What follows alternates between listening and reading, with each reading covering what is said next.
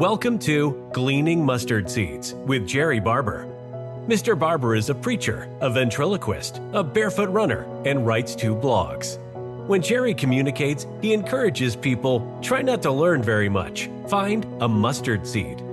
In the next few minutes, try not to learn very much. Look for something you can do to move a mountain, remove a stumbling block, or provide a stepping stone for yourself or someone else. And now, here's Jerrie with this week's mustard seed. In this podcast, I want to introduce some principles to help us in dealing with conflict in individuals and groups. When you see a serious problem in your group, your family, church, business, or softball team, how do you proceed to solve that problem? In 1969, I took the Dale Carnegie class for the first time, and then I repeated it 4 times. I often tell people I flunked out and had to keep taking it again. Actually, what happened, I was given the opportunity to serve as a graduate assistant, and I was able to go through the course again without cost. They taught us 4 problem-solving principles. What is the problem? Number 2, what are the causes of the problem? Number 3, what are possible solutions? Number 4, what is the best possible solutions? When I come to a group in conflict, I find that what we want is quick relief.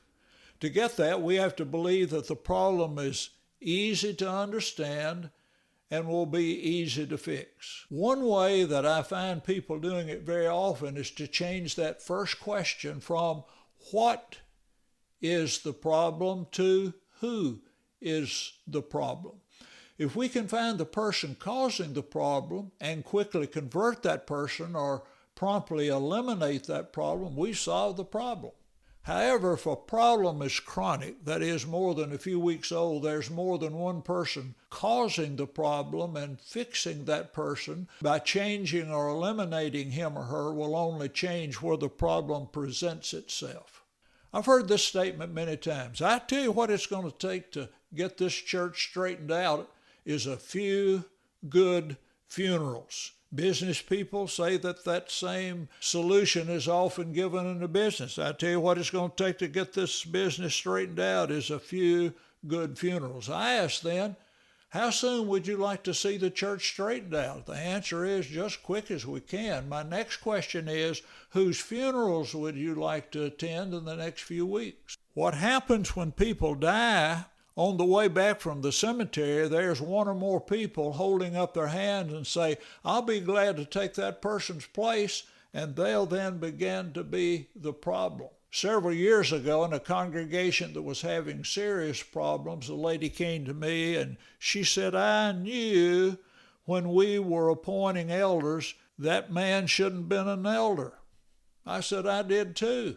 And I asked her, what did you do during the time that he was being considered as an elder? And she said, nothing.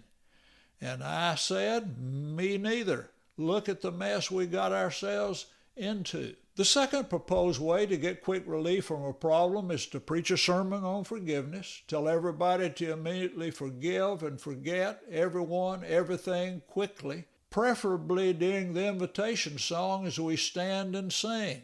It's sometimes called drawing a line in the sand. We're going to draw a line in the sand, and from now on we'll never discuss anything that happened up till this time. However, I've noticed that during the invitation song, the person who needs to be fixed fails to get the message. Often the people who have been abused for years come forward to be restored and to forgive, and the problem remains. This solution also disregards Jesus' instruction in Luke 17:3. Take heed to yourselves. If your brother sins against you, rebuke him, and if he repents, forgive him. That process may take longer than the 4th verse of the invitation song. In contrast to these 2 quick solutions to complicated issues, I found it helpful to have a model, to find some principles, a theory of how groups work. Early psychological treatment emphasized making a diagnosis and fixing the problem. A man was born in Waverly, Tennessee in 1913 named Murray Bowen. I was conducting a funeral there a few years ago for a lady who was 105 years old. I was in the office of the funeral director. Remembering the name Murray Boeing and Luff Boeing Funeral Home, I asked the question, have you ever heard of Murray Boeing? And they said, yes. That's Uncle Murray's picture up there on the wall. He was a relative of those people who were running the funeral home. Murray Boeing attended the University of Tennessee. He received his Bachelor of Science degree in 1934, his MD in 1937. When he finished military duty, he had the idea of going into surgery, but he instead went to the Menninger Foundation and started learning to be a psychiatrist. He worked at the National Institute of Mental Health in Bethesda, Maryland, and he began developing what is known as Boeing theory, or family systems. Here's how that came about. Earlier in his practice, he had a young man who was schizophrenic. He worked with him and the symptoms dissipated and he sent him back home. In a few months, he was right back in the same shape again. And he started thinking, I wonder if there's something going on in that home that may be contributing to his condition. And what he did was to hospitalize the whole family. And after working with the entire family, the symptoms disappeared. The family was cured. Once there was a family working with Dr. Bowen, and he interviewed them, and they said, what's the diagnosis? What's the diagnosis? He said, well, I don't like to give diagnosis. He says, they just kept saying, though, well, what's the diagnosis?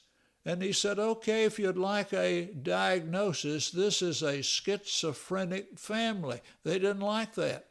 They wanted their patient to be cured. They didn't want any part of it, but it doesn't work that way. Another interesting thing he did is that he would do group therapy. He would work with 3 families at the same time. He would talk with family number 1, and they would discuss for about an hour their problems, and he would make recommendations. The other 2 families would listen. He would then go to family number 2, and he would work with them for about an hour. The other 2 families would listen. He would then work with family number 3 for an hour. The other 2 families would listen.